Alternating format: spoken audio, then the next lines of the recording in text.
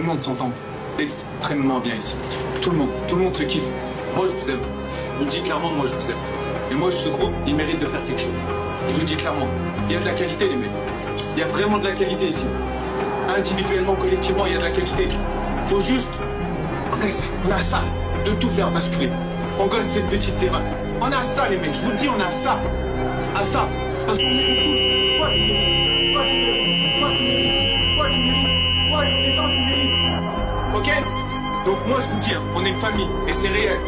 Et c'est réel. Donc on va se battre ensemble. Ok? Donc on y va tous ensemble. Et à la guerre, les mecs. Tout de suite. Tout de suite.